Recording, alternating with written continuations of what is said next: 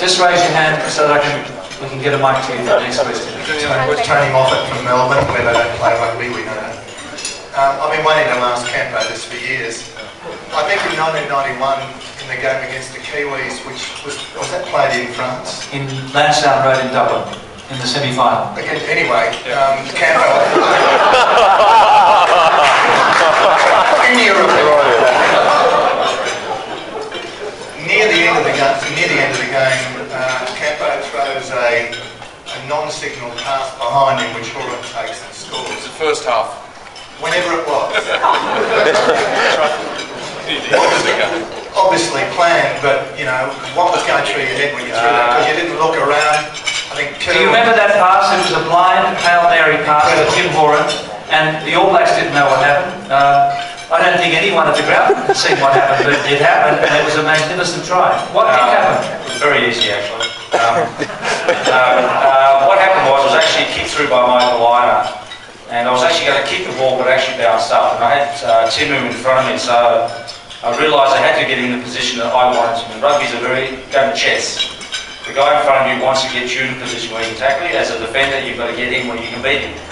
So I stepped one way and I stepped the other. As I was stepping, I saw Tim Horan come up behind me.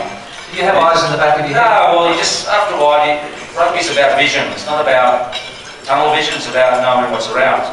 And I saw him come in, he was a great talker. And I went there and I just passed it.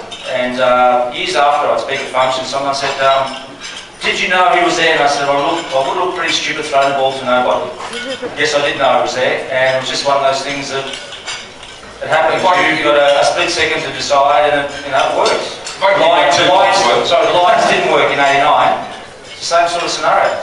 Don't give me 2 volts worth. I mean, Campo, you, and I'm not telling a lie, you once famously said, my brain doesn't know where my legs are taking me. Which is, he didn't that was Bob Wise. Well, no, that was, no, Bob said there's a wire missing between your mouth and that as well. but two things about it is that Timmy Horan, I think arguably the greatest player I ever played with. I mean, Timmy, just for the way he came back from injury and just his contribution to Australian rugby over a long, long time.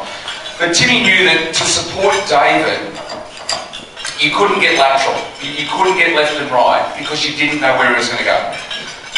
And so he knew that to support Campo, you had to get in behind. But we were pretty good communicators too. The first try in that game, sir, I played enough with Campo that I knew that when he screamed for the ball, I had to get it to him. And one of the great things about Campo was that he didn't, in defence, he structurally played as a winger. In the program, he had wing next to his name.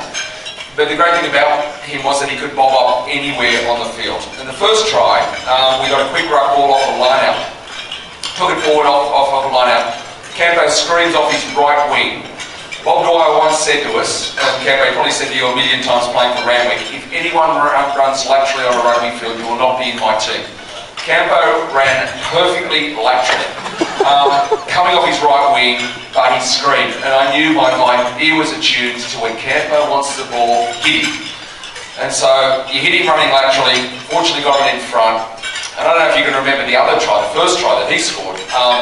He went past about 5 All Blacks. They all thought the next guy will get him, the next guy will get him, the next guy will get him. It ended up being JK, John Kerwin, the great John Kerwin. And it was just too late. He scored in the corner. So 2 aspects. I mean, Timmy knew how to support David, but Campo, I'm talking about the importance of communication on a rugby field. You've got to understand when someone needs the ball, and I'm sure Timmy was saying, Campo, give the damn thing to me.